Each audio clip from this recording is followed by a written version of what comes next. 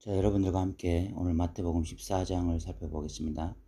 마태복음 14장에는 이 네 가지 에피소드가 나오는데, 첫 번째가 이 분봉하는 헤롯이 세례 요한을 죽이는 사건이 나오고, 두 번째가 예수님께서 오병이어로 5천 명 이상을 먹이신 사건, 세 번째가 예수님께서 무리로 걸어오시는 사건, 네 번째가 게네사렛이라는 동네에서 예수님께서 병자들을 고치신 사건이 나오고 있습니다. 첫 번째 우리 14장 1절부터 12절까지 세례 요한이 분봉한 헤롯에 의해서 죽임을 당하는 사건에 대해서 우리가 한번 살펴보려고 합니다. 헤롯은 3절에 보면 그 동생 빌립의 아내 헤로디아의 일로 요한을 잡아서 결박했습니다. 우리말 성경에는 이 개역 개정에는 그 동생 빌립의 아내라고 말을 했는데, 실질적으로는 이 헤롯의 형 빌립입니다. 이 14장 1절부터 12절까지 나오는 헤롯은 마태복음 2장에 나오는 헤롯이 아닙니다. 예수님의 탄생을 알고 두 살 이하의 아이들을 다 죽였던 그 헤롯이 아니라 그 헤롯의 아들 헤롯 안티바스를 의미하는 것입니다. 이 헤롯의 아들 안티바스는 갈릴리 지역을 다스리던 분봉왕이었습니다. 그에게는 형 빌립이 있었는데 그 빌립의 아내가 헤로디아였습니다. 형수인 거죠. 이 헤로디아라는 여자는 헤롯의 정식적으로 말하면 형수입니다. 그런데 형의 아내를 취해서 재혼을 한 것입니다. 이 일에 대해서 요한이 계속해서 잘못되었다라고 지적을 했습니다. 세례 요한은 바리새인이든 서기관이든 아니면 이런 유대인의 왕이든 누구든 상관없이 잘못한 것에 대해서 강하게 지적하던 그런 바른 선지자였습니다. 헤롯 입장에서는 백성들이 바르다고 인정하는 이런 선지자인 세례 요한이 끊임없이 자신의 잘못을 지적하니까 부담이 되었고, 그래서 감옥 안에 가두어둔 상태였습니다. 그런 상태에서 자신의 생일이 되었을 때 헤로디아의 딸이 이 잔치 가운데 춤을 추게 되었고, 그때 헤롯이 맹세로 무엇이든지 원하는 것을 주겠다라고 약속했습니다. 그때 이 헤로디아가 이 세례 요한에 대한 증오심이 있었기 때문에 세례 요한의 목을 달라 이렇게 말을 했고, 결국 헤롯은 그 잔치석상에서 공개석상에서 약속했기 때문에 결국은 세례 요한을 참수형을 시켜서 그렇게 해서 세례 요한이 죽게 되어집니다. 그것이 본장의 내용이에요. 우리가 이런 모습을 보면서 굉장히 좀 의아한 마음이 들 수가 있습니다. 예수님께서 말씀하실 때 세례 요한은 여자가 낳은 자 중에 가장 큰 자라고 말을 했습니다. 그만큼 세례 요한은 믿음의 사람입니다. 말라기에서 오리라 한 엘리야, 참된 선지자에 대해서 예언을 하는데 그 사람이 세례 요한입니다. 그리고 세례 요한이 실질적으로 신약 시대에 이 땅에 와서 하나님의 말씀을 전했을 때에 많은 사람들이 영향을 받았고, 또 예수님이 오실 길을 예비하던 그런 위대한 믿음의 사람이었습니다. 이런 사람이 이렇게 허무하게 죽고 있습니다. 한 여자의 음모에 의해서, 한 여자의 그 세례 요한에 대한 불쾌감, 증오, 이런 것 때문에 음모에 의해서 너무 허무하게 죽고 있어요. 우리는 좀 의문이 드는 거죠. 이러한 위대한 믿음의 사람이 어떻게 이렇게 허무하게 죽을 수 있는가? 이런 질문이 드는 것입니다. 그런데 우리의 이런 생각이 아니라 하나님의 입장에서, 또는 세례 요한의 입장에서 생각해 보십시오. 세례 요한의 입장에서 한번 생각해 보면, 세례 요한은 이 땅에 주님 오실 길을 예배하기 위해서 이 땅에 왔고, 스스로 강야에 외치는 자의 소리라고 말하면서 이 땅에서 소리로서의 사명을 다했습니다. 그는 주님의 오실 길을 예배하면서 철저하게 예수 그리스도를 드러내는 사역을 다 했습니다. 그리고 이제 예수 그리스도가 이 땅에 오셨고 실질적으로 사역을 하고 있습니다. 세례 요한의 사명은 끝이 난 것입니다. 인간적으로 보면 세례 요한은 30대 중반 정도의 중반 이전에 허무하게 죽은 것처럼 보이지만 세례 요한 입장에서 믿음의 사람으로서 사명을 다한 죽음이었습니다. 사명을 완수했기 때문에 죽은 죽음이었습니다. 하나님 입장에서도 마찬가지죠. 세례 요한의 죽음은 허무한 죽음이 아니라 30대 중반의 젊은 남자가 허무하게 객사한 것이 아니라 하나님 입장에서는 사명을 다한 자의 온전한 죽음이었던 것입니다. 우리 입장에서는 세례 요한이 너무나 짧게 인생을 살았고 그래서 단명했고 그래서 너무나 안타까운 죽음처럼 보였는데 하나님 입장에서나 세례 요한 입장에서는 사명을 다한 가장 아름다운 죽음을 맞이한 자의 죽음이었던 것입니다. 우리는요, 자꾸만 얼마나 오래 사느냐에 관심이 많이 있죠. 이 땅에서 얼마나 많이 오래 살고 또 얼마나 누리며 살고 이런 것에 관심이 좀 많이 있습니다. 그러나 하나님의 관심 또는 진짜 믿음의 사람들의 관심은 얼마나 오래 사느냐, 얼마나 누리며 사느냐가 아니라 얼마나 사명을 다한 자의 삶을 사느냐, 얼마나 하나님의 뜻대로 사느냐가 주 관심사입니다. 세례 요한의 죽음을 보면서 우리가 이 죽음이 너무 허무하다, 너무 안타깝다라고 말할 것이 아니라 오히려 이 세례 요한의 삶이 가장 아름다운 삶이고 우리가 지금 어떻게 살고 있는지를 진지하게 한번 고민해 볼 필요가 있습니다. 우리는 지금 세례 요한처럼 사명자의 길을 걸어가고 있는가? 이 부분에 대해서 한번 생각해 볼 필요가 있다는 것입니다. 두 번째 13절부터 21절까지는 예수님께서 오병이어로 5,000명 이상의 사람들을 먹이신 사건이 나와 있습니다. 예수님께서 이 5,000명 이상의 사람들을 먹이시게 된 배경이 14절에 나와 있는데 예수께서 나오사 큰 무리를 보시고 불쌍히 여기사 그 중에 있는 병자를 고쳐주시니라. 중간에 여기에 생략된 말이 있는데 다른 복음서에 보면 큰 무리를 보시고 목자 없는 양 같음을 안타까워하사 불쌍히 여기시라. 그 중에 있는 병자를 고쳐주셨다. 이렇게 말씀하고 있습니다. 목자 없음 같음을 보시고 목자 없는 양 같음을 보시고 그들을 고치셨다는 것입니다.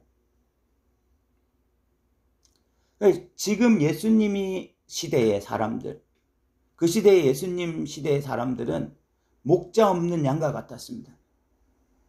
영적으로 하면 돌보줄 수 있는 목자가 없는 시대였어요. 그래서 예수님은 너무너무 안타까우셨습니다. 인간들은 인간의 한계를 가지고 있습니다. 그래서 육신이 늙어가고 육신이 병들고 이것이 인간이 가지고 있는 한계입니다.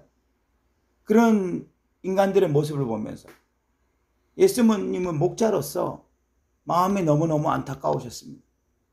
불쌍히 여기셨어요. 그래서 그들을 치료하셨습니다. 또한 인간은 육신적으로 배고픔이라는 것을 느낄 수밖에 없습니다. 인간의 한계죠. 인간은 먹지 못하면 배고픕니다. 저녁 때가 돼서 먹을 것이 없어 배고파하는 그 사람들을 보시면서 목자로서 불쌍히 여기신 것입니다. 원래 이 시대에는 한 끼 굶는 거 다반사였습니다. 한 끼 굶는 거 당연하게 생각하던 시대였어요. 그래서 이 사람들도 저녁이 되었을 때 저녁 먹으러 가지 아니하고 여전히 예수님을 따라다니고 있었던 것입니다.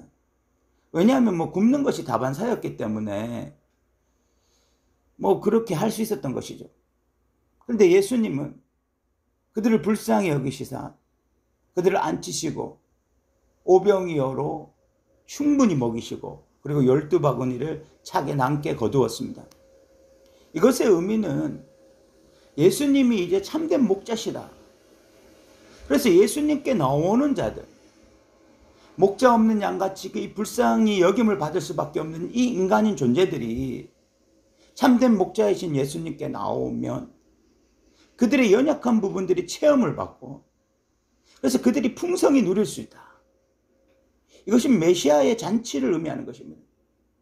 메시아의 잔치에 초대된 자들이 메시아께 나왔을 때에 예수님 안에서 충분히 누릴 수 있다. 자신의 연약함이 체험을 받을 수 있다. 이것을 드러내고 있는 사건인 것입니다. 예수님이 수고하고 무거운 짐진 자들아 다 내게로 오라. 내가 너희를 쉬게 하겠다라고 말씀하셨는데, 예수님 안에 오면 이렇게 병든 자들도, 이렇게 굶주린 자들도 진정한 체험을 받고 진정하게 누릴 수 있는 이제 메시아적 잔치가 시작되었다라는 것을 드러내는 것이 이 오병이어의 사건인 것입니다.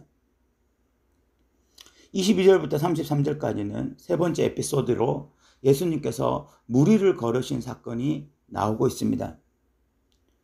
22절에 보면 예수께서 즉시 제자들을 재촉하사 자기가 무리를 보내는 동안에 배를 타고 앞서 건너편으로 가게 하셨습니다.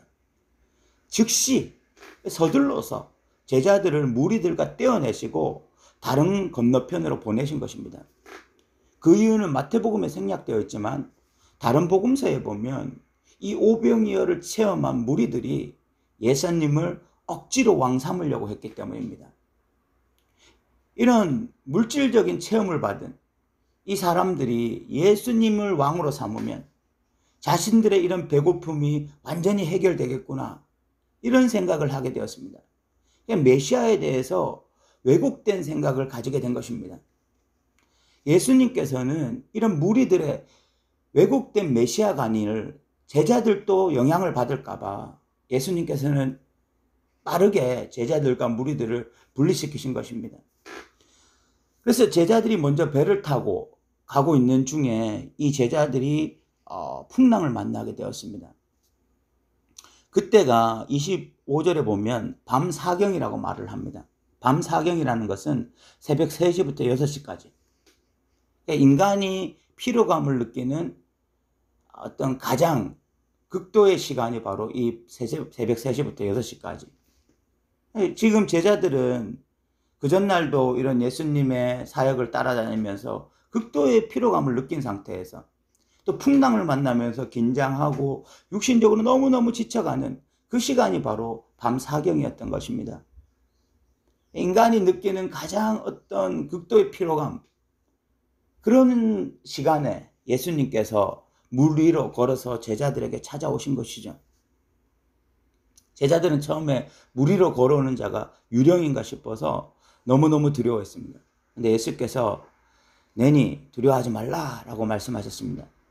베드로가 이런 예수님을 보고는 주님이시거든 나를 명하여 물 위로 오라 하소서라고 요구합니다. 그때 예수님께서 오라 말하니까 베드로가 배에서 뛰어내려서 물 위로 걸어갑니다. 물 위로 걸어가는 중에 이 바람을 보고 또 놀라서 물속에 빠져들어갑니다. 그러면서 예수님 저를 구원해 주십시오 라고 말을 하니까 예수님께서 손을 내밀어서 베드로를 구원합니다. 그러면서 예수님께서 베드로에게 믿음이 적은 자야 왜 의심하였느냐라고 책망하십니다. 이 에피소드에서 우리는 이 베드로의 모습을 보면서 두 가지를 느낄 수 있게 됩니다. 베드로는 제자들의 대표로서 물 위를 걸어갔습니다. 이것은 예수님의 능력을 제자들이 공유할 수 있다는 것을 보여주고, 그런데 또 바람을 보고 물속에 빠져들어갔습니다. 이것은 제자들이 인간적으로 가지고 있는 한계, 그것은 바로 믿음이 적은 자의 모습을 보여주고 있습니다. 긍정적인 측면 하나와 부정적인 측면 하나를 제자의 대표인 베드로가 보여주고 있는 것입니다. 긍정적인 측면은 예수님과 같은 능력을 제자들이 공유할 수 있다는 것이고, 부정적인 측면은 여전히 제자들의 믿음이 연약하다는 것입니다. 그래서 바람을 보고도 놀라 물속에 빠져들어가고 있는 그런 모습을 보여주고 있는 거죠. 베드로는 냉탕과 온탕을 막 오고 가고 있습니다.